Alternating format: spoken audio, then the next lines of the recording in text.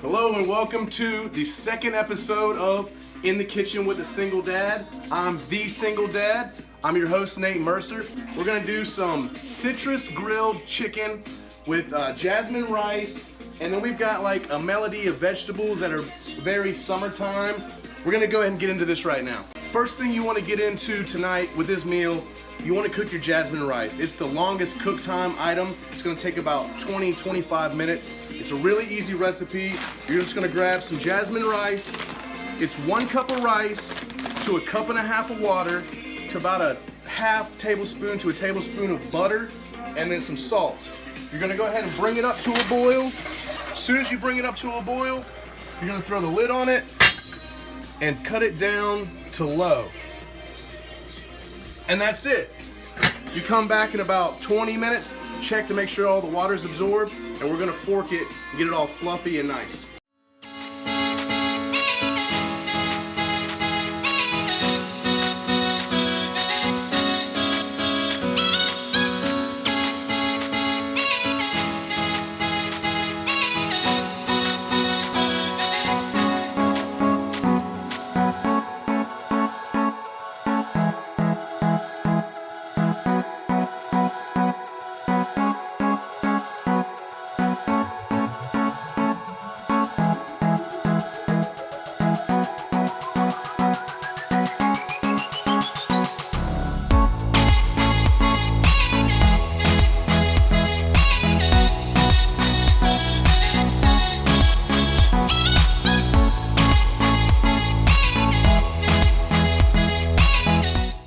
So now we've got a hot pan here.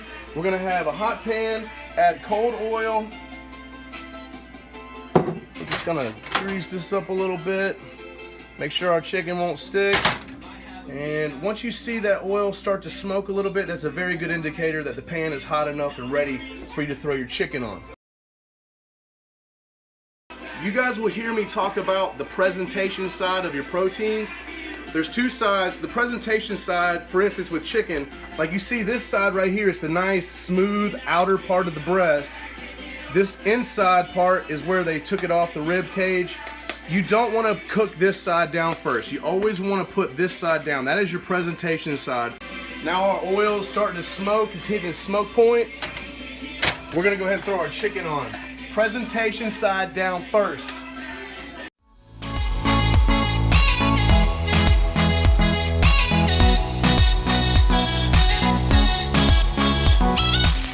Check, we got some grill marks, so we're gonna flip it 45 degrees.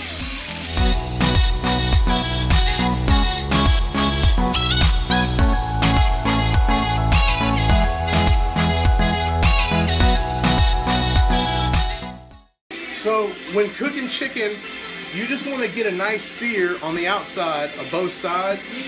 Have your oven preheated to about 350 degrees, and once you get both sides seared, you'll throw the whole pan into the oven and you'll finish it there. That's the best way to get a nice crispy outside and a juicy inside of your chicken.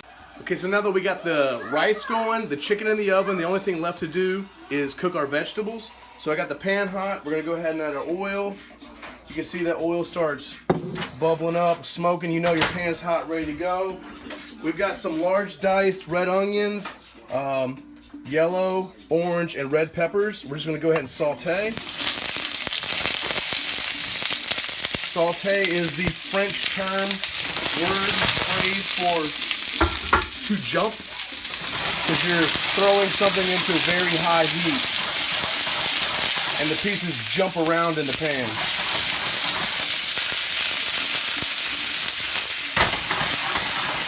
So we'll let those go, get a little bit of color. Always season your veggies, kosher salt. I got a little pepper here, we'll go ahead and throw on there. And now we're just gonna add our cherry tomatoes and some pineapple in just a minute. Add some cherry tomatoes. And some of our pineapple chunks. Give us a nice summertime flair, some sweetness. Well, that cooked down together. You don't want to cook it too long. You want it to still kind of have some texture, some nice crispness to it. So I'd say about 5 minutes max is all you really need. Okay, so with the rice, we've had it going for about 20 minutes now. We're just gonna check the, we're gonna take the lid off. And what you're looking for is to see that all the water's absorbed, and it has. So we're just gonna take a fork and lightly, what they call forking your rice. We're gonna go ahead and give it a good forking and get it nice and fluffy and get those grains of rice separated from each other so they can keep their texture. Second thing we're gonna do is check our chicken. A basic rule of thumb, especially when you're cooking beef, is if you were to touch your thumb to your pointer finger like that lightly, and you feel right here on your hand, that's supposed to be like what a rare steak would feel like. Actually, sorry, rare, medium, medium well, and when you touch your pinky to your thumb, it's very tough. There's not a whole lot of spring. That's what you want to feel whenever you pull chicken out. So you just actually want to touch your chicken, and you can see there's still some spring, and the thicker parts of this chicken, it's got about 2 minutes left. Yeah, this chicken's a lot more firm. So now what we're gonna do is let it rest. So when you pull something out of the oven, it's gonna do something called carryover cooking. It'll probably raise another additional 5 degrees internally just from sitting here over the next 5 minutes. So we're gonna let our chicken just chill out right here. What I did was, I've just got some sweet chili sauce. You can pick this up anywhere. I mean, Walmart carries it. You can pick it up at any Asian store that you might have. So we're just gonna put a little bit down on the plate like that. And then we're gonna grab our spoon and we're gonna push it around the rim like that. Then we're gonna take some pan spray, and I've got like a little ramekin. I'm just gonna go ahead and spray some inside, and we'll just grease that up a little bit, because what we're gonna do, we're gonna take our rice and put it right into that, and the purpose of that is so the rice won't stick, and we flip it out on the plate, it'll pop out nice, and we're gonna make a nice presentation to eat for dinner tonight. So we're just gonna go ahead, get that about halfway full, kind of press it down like that. Okay, and then we're just gonna go ahead and pop this out on the plate. Bam! All right, so now we're gonna go ahead and lay down some of our vegetables, which, look at them, check them out. They look so good. We got these nice, they're still crispy though. They're not cooked to death, but they're hot all the way through.